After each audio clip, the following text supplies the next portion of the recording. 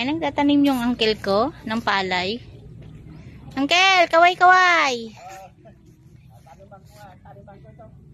Opo. Opo. Isang kaban lang po yan pag ganyang kalaking lupa. Gaano katagal yan pag ina-harvest, uncle? Isang buwan? 3 buwan. Matagal din po palang gumawa ng bigas, no? Pero hindi na yan dinidiligan, uncle. Tubig pa din. Generator. Eto, kailan yung tinanim to, uncle, kahapon? Sa linggo. Nung linggo. Sa linggo. Kulang ang bulubo. Kulang. Ayan, maghanap sila to ng ganito. Kukulangin. Bakit wala ka namang bota, uncle? Hindi. Wala, hindi pwede abot pa. Hindi ba madulas yan, uncle? Hindi. Mas maganda yung walang bota. Hindi mo na maahong.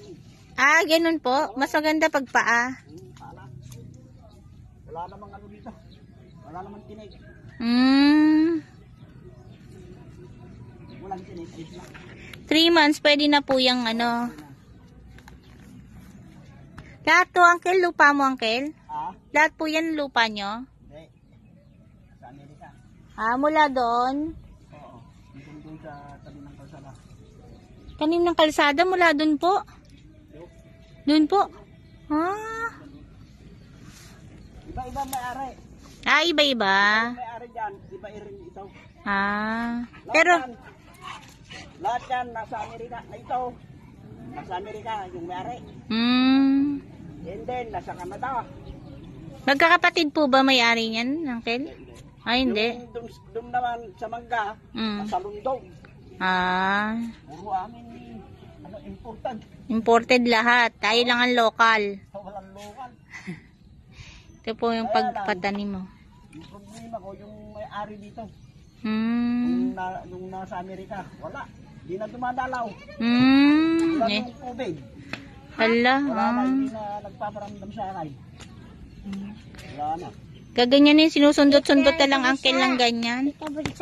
Matigas kasi yan. Matigas. Ba't hindi kayo maaga, uncle? Medyo mainit-init na ngayon, no? Hindi pa. Pwede pa yan? Tatanggalin na yung roat. Mamayang hapon na naman. No. Kaya lang. So, lagyan ko lang ito. Bakod. Bakod? Oo, yung pato, kakainin to. Kinakain po? Oo, kakainin naman ito. Galing, parang madali lang, uncle, no? Pero pag ako gumawa niyan, hindi yan tatayo.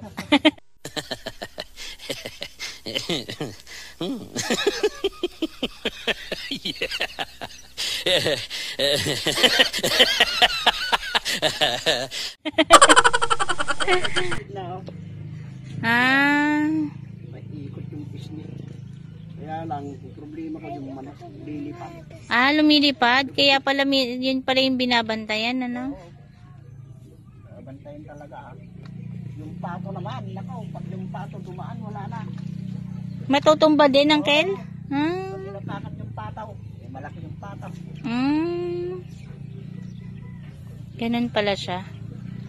Pag natakat ng pataw. Mahal pa ng abono. Abono, mahal. Mahal po. Ito, uncle, kailan nyo natanim yan? Ito pong mga nandito na. Ilang, po, yan po, Yan. Kailan nyo natanim? Sa linggo yan.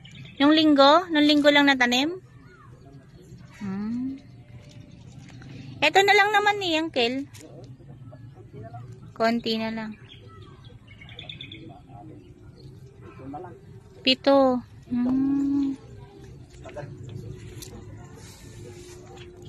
Ang galing.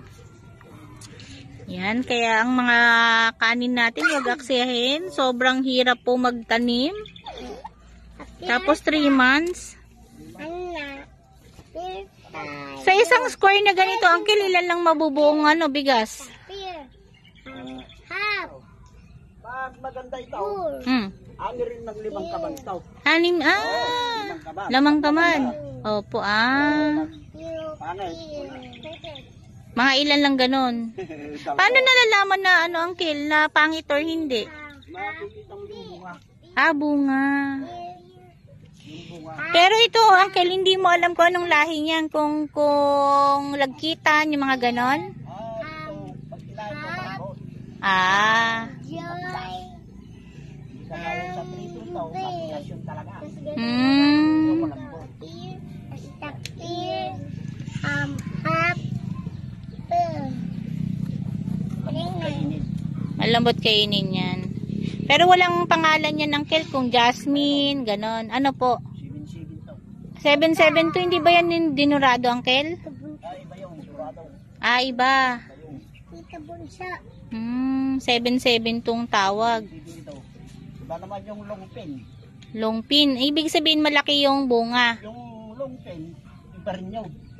Hmm. Maganda rin bunga yun. Kaya lang, wala kaming nakuhang binhi. Kung nasa taas ka, yan, makakuha ka. Kung malapit ka sa pinggan, sabi nila. Ibig sabihin palakasan pa rin ng Kel. Yung malapit sa pinggan, malapit sa ano. Yun ang ibig sabihin. Kaya wala kaming nakuhang na lungpin. Gusto ko rin yung lungpin. Opo. Ayan na, umuwi na sila kuya. Lagyan mo na ng asukar. Ginawa mo, iiwar na yun. Bakit ang aga nila umuwi? Ganun po. Pagtapos ito, Uncle, ng 3 months, maaani na. Pero itong lupang to, pwede pang taniman ng iba o palay lang lahat? Palay lang lahat to? Hindi na ako magtanim ng gulay. Nagtanim ka rin ba ng gulay dito, Uncle? Oo, lugig. Anong gulay? Ano po? Patula. Patola. Yun peram ng cellphone. Bulan lang ng malakas. Inabot ng dito. Inabot ng tubig. Yan, lugig. Lugi. Yun. Yun. Tama na. Kaya hindi na ako nagtatanim ng gulay. Di na. Oo. Yung sigarilyas mo, Uncle, nasa na po yung sigarilyas mo? Nandyan. Kaya lang, walang bunga. Wala nang bunga? Hindi. Pag nahuli kang kumuha, wala na. Ay, ganun po. Unahan lang. Unahan lang yan. Kahit ikaw nagtanim, pwedeng mag-ani ang iba? Oh, Pwede pala yung ganun. tatuhin mo dyan. Napakaswerte naman nila at may masipag kaming uncle na magtanim at oh my God! Wow! At mayroong umaani na iba. Pag nahuli ka, wala ka. Ang hindi nilang kinukuha yung miracle fruit. Oo nga, yung miracle fruit, Uncle. Dami. Hindi ko pa napuntahan yun, Uncle. Yung Miracle fruit mo. dami sa silaw. Tignan mo dun sa silaw. Hindi ko pa alam yung lugar mo, Uncle, kung saan yung ano. Doon. Sa Bandaron. Dami ng bunga na nahulog. Mamaya puntahan natin, Uncle, pag ano. Anong oras ka magpapahinga dyan, Uncle? Tataniman ko lang itong walang tubig. Walang tubig. Bakit, Uncle? Mas ano bang walang tubig? Bali matuloy na pag may tanim na ito. Okay na po. Pero yung basa-basa pa, okay pa kasi may tubig. Ito, kaya lang makalipas ng 2 araw, 3 araw, tubig ulit. Tubig ulit. Parang ibig sabihin dilig yun, Uncle, no? Opo, nagdilig. Alipas ng 2 linggo, sagyan mo na abono. Abono. Ang ibig sabihin ng abono, Uncle, fertilizer siya? Iba pa pala yan. Ano yan? Sinasabog lang, Uncle? Iba rin yun. Ay, iba rin yun. May mga bita-bida na rin. Ano yung abono, Uncle? Hindi. Yung klase na abono. Apo? Yung urea at saka triple forte. May mga ganun pa pala. Marami pa pala. Kala ko pag nagtanim ka, hintay na lang natin maging ano? Sige Marami pa Marami pa? Sprayan mo pa Kaya nga. Ano ba yun? Marami pa ba? Sprayan mo, patubigan mo, gano'n. Lagyan mo ng abono. Within 3 months yung ganong, Uncle? Oo, 3 months. Marami palang proseso ang pag-ano natin. Marami rin trabaho to ah. Eh, pag tinanin mo, ganito na lang, ay wala na. Wala ka nang laan eh. Hinayang mo lang yung tagaw. Ay, kaya ang dami pa palang proseso. Yung mga bata po dito dumadaan, nagsushortcut. Malapit lang ba school nyo? Shout out. May shortcutan dyan? May shortcutan dyan papuntang school nyo? Opo.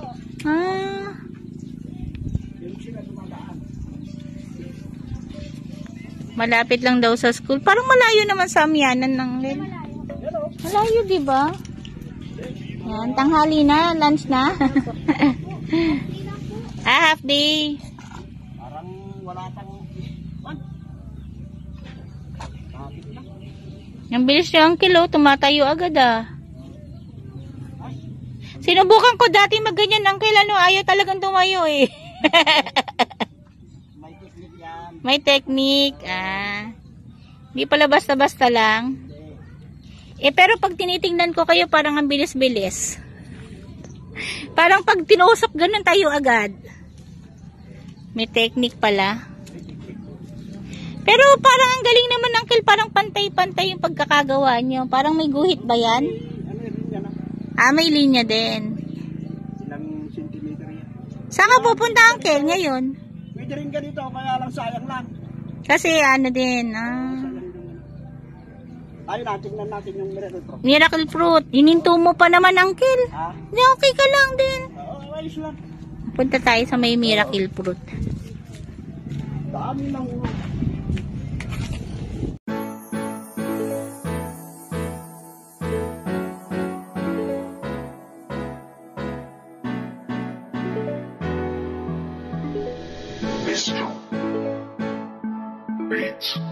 Di magsasawa, di magbabago, kanyang paglingap sa kapuspalad na tao. Kahit saan man mapatungo, basta para sa'yo. Kung kinakailangan, nandyan siya, siya ang kaibigan nyo. Kahit umaraw umulan, kahit maputi gandaan, simpleng babaeng may busilak na puso na palagi nyong maaasahan. Kaya palagi nyong tandaan, may isang taong laging maglalaan.